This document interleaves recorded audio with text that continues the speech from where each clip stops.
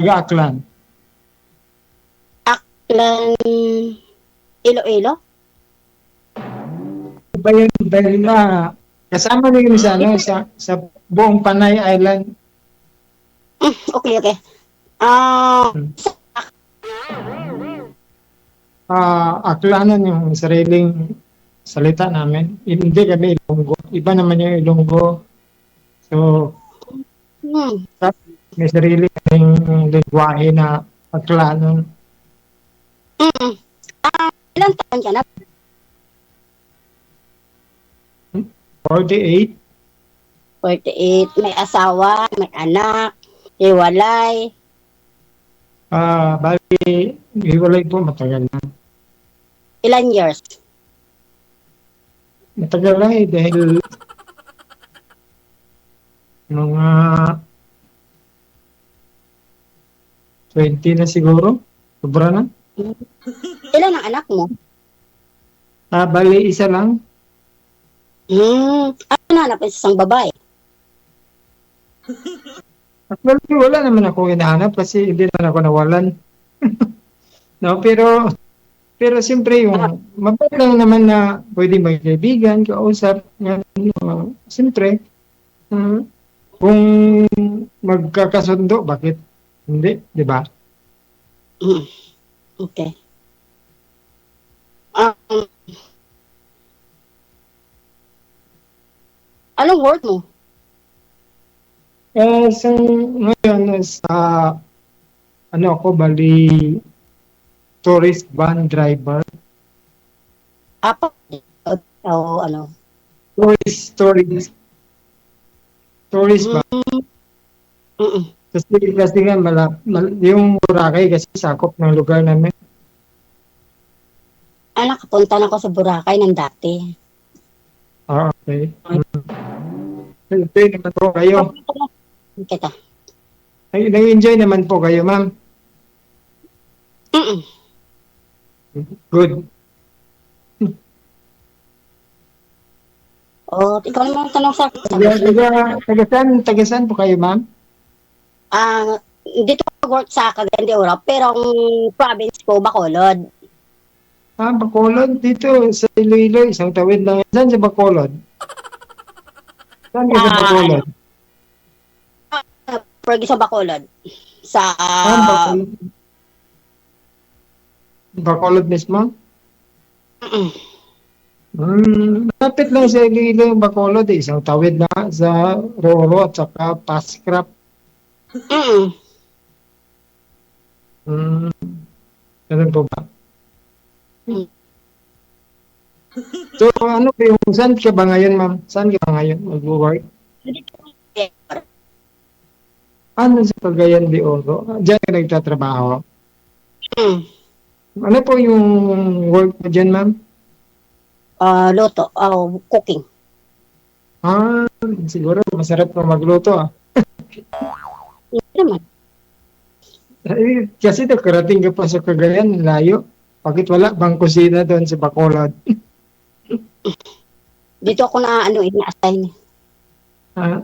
Ano ba yung mga special na binuluto mo, ma'am?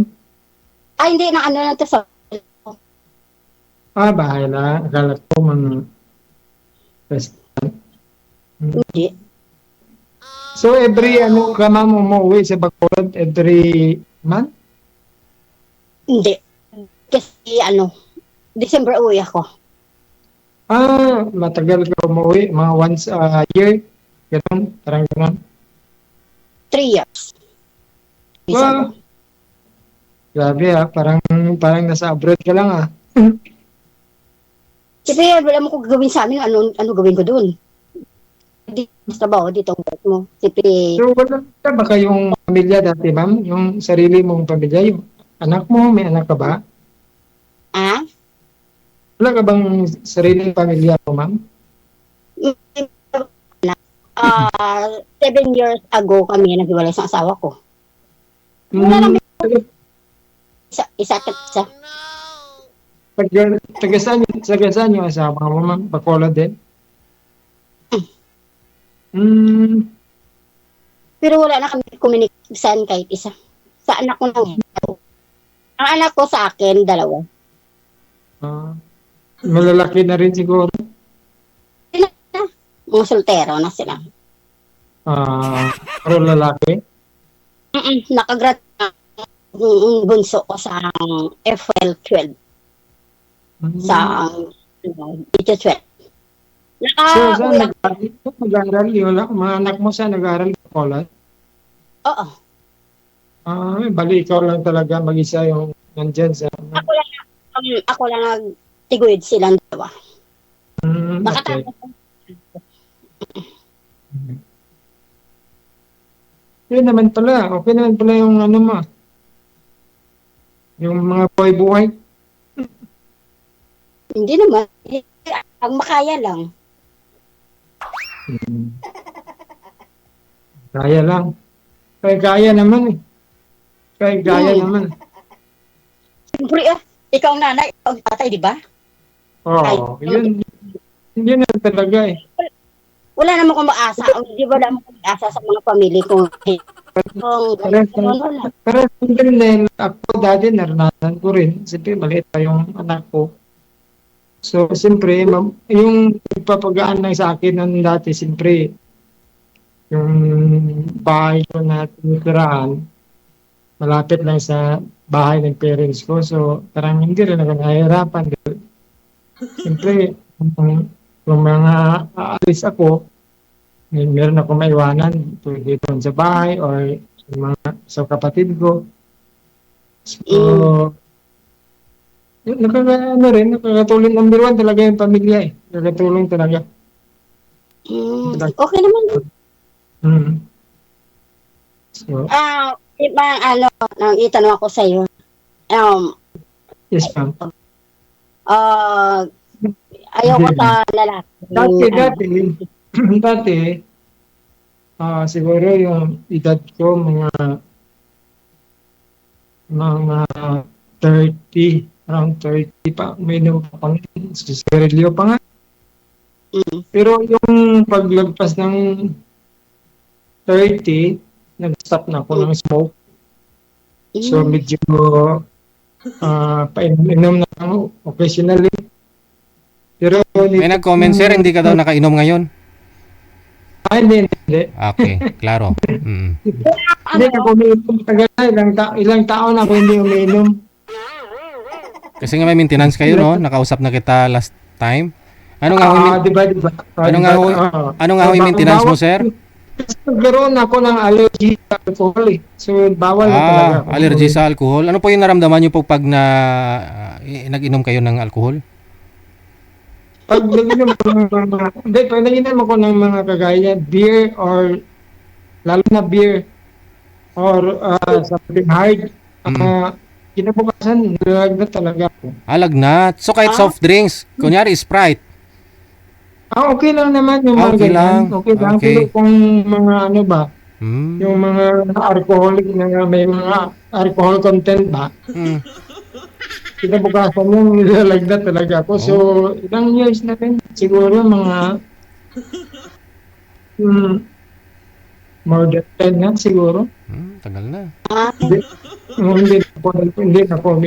So, hindi pero ka... kung may inom sa mga kasama ko ng mga kaibigan ko, kakilala ko, lalo na pag sa Iloilo kami, makakami sa mga restaurant, may inumin sila. Pero nandiyan din ako, nakaharap. Okay lang naman, kwentuhan lang naman kami. Hindi naman nila pinipilit dahil alam nila na hindi naman ako may... Kwentuhan lang. Pero so hindi ka naniniwala po doon, sir? Hindi ka naniniwala sa kasabihan nila na kailangan daw ng katawan yung alcohol? Depende siguro sa klase ng katawan kung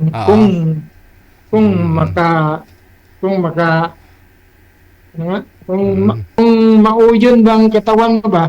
Yes, oo. Hindi pareho lang naman tayo, sir eh. Ako hindi rin ako umiinom pero pag libre umiinom. Okay lang. Minsan kasi minsan mga kaibigan ko, lalo na may mga matagal kami biyahe, mga dire-diretso, halimbawa, mga 5 days, 6 days, 7 days. Tuloy-tuloy yan, no, araw. So, siyempre, every balik namin sa booking office, umiinom talaga sila. Kasi nag-aambag ako ng pang-inom, pero sila lang umiinom. Ako, hindi ako umiinom. Sabi ko, kayo lang, wala naman problema. Hindi naman ako tumatakbo, dito lang naman ako, pero hindi talaga ako umiinom eh. Yan talagang gusto ko, sir. Yan talagang gusto ko barkadahin, sir. Yan talagang gusto, sir, yan talagang gusto ko barkadahin yung nag-aambag pero hindi umiinom para kahit paano malasing ako. So, sabi ko, wala naman problema yan eh. Pero sila, hindi naman nila na ako pinipilit. Alam nila, hindi talaga ako may Correct. Siyempre, kasi sinasabi naman, alam naman na nila yung kalagayan ko dahil one time na naranasan ko dati na may birthday. Binom talaga ako ng ano, siguro mga kalahating bote lang yun na ubos ko, hindi ko nga inubos, kalahati lang. Sanbigla pa. Kinapasan, nilag na talaga ako. So ikaw rin na magsasacrifice, no? Sabi ko, para malaman nila na hindi ako nagsisinungaling. Totoo talaga. Hindi ako talaga, sabi ko, tingnan nyo. Okay, pag marami na yung mainom ko, ayaw ko na talaga, natatakot ako, baka. Hindi ko makayanan yung lagnat ba? Parang gano'n. So, sinabihan ako ng doktor na allergic ka sa alcohol.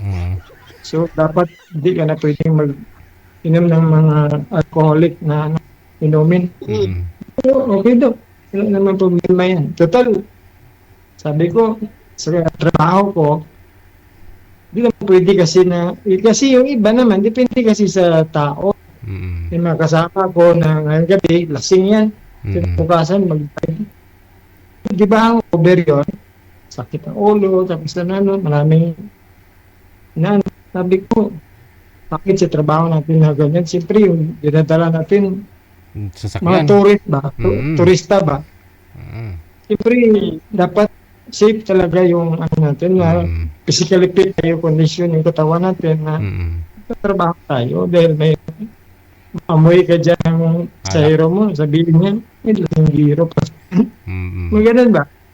So, sa akin, tama nga rin yun na hindi talaga dapat uminom. Ayaw ko lalaki lasinggo eh. Siyempre, yung mga kasi namin, minsan, kung may convention, mga doktor, mga convention dito sa doktor, yung pasero namin.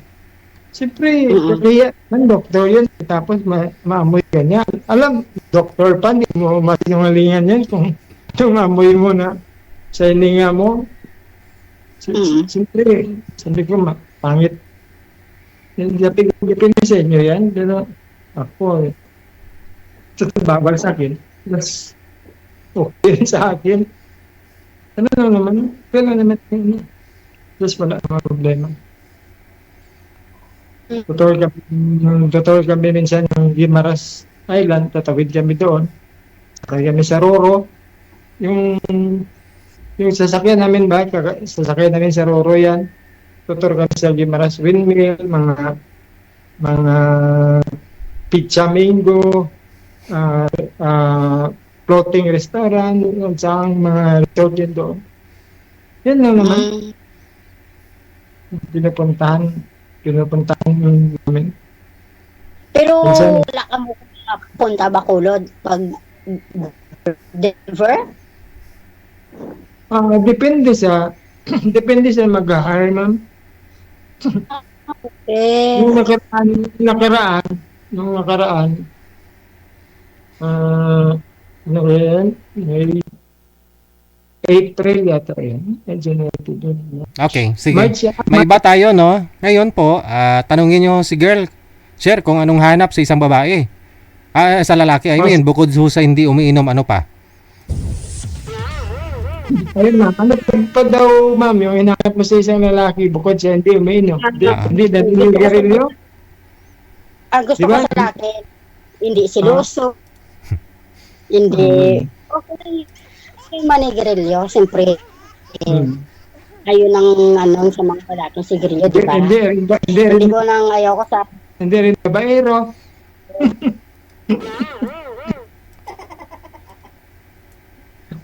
Diba, ma'am, no? Wala na. May na signal Siyempre, niya. Patay tayo. tapos mabait. Ang gusto ko seryoso sa lalaki. Yun ang hinahanap ko. Ah. Bakit seryoso dyan? Ikaw naman, sir, anong hanap nyo, sir? Anong hanap po ninyo sa babae, sir? Ganun din kayo, ma'am, yung ito ko kasi sa babae, yung seryoso siya, mabait. Mabait ba? Hindi ba ewan ko kasi ng ano. Ako hindi ako mahilig kasi Hindi po. Ano po balak nyo, sir? Ano po balak mo? Mag-asawa ka nung may makakasama mo sa isang bahay lang? halimbawa, DJ, no? Halimbawa, kung mag-asawa man ako. Ay, kung tayo talaga yung babae na bungangira ba yung kunting ano, ang aga-aga eh. Timing, bakulod ni? Maingay. Kunting man. Dadadak. Ayaw ko na lalaki, skandaluso. Ayaw ko sa machismoso, mga ganyan-ganyan. Ayaw ko. Gusto ko, tumahimik ang buhay. Kung alimbawa, kung tayo na magdayunay. Pero, ayaw ko sa lalaki, Ayaw mo sa lalaki, ano? Ayaw ko lalaki na sa isang babae. Ay, oo. Ako never kong ginawa yun. O kahit kurot man lang dahil sabi ko, sabi ko, yung mga masasakit na salita, tapos yung mga physical na ginagawa, halos parehas na yun talaga yun. Dahil naramdaman din ng tao rin yun, di ba?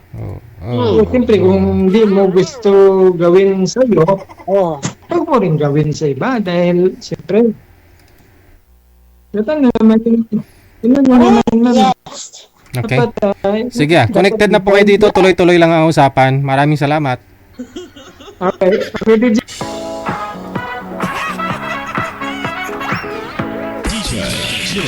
Hindi talaga lasing yon, no?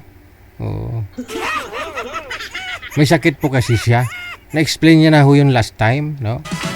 Mataas daw yung white blood cell niya. Lagi na lang ho siya nahihilo. Na may maintenance ho si Sir. Kaya gusto niya rin hong may makakasama, no?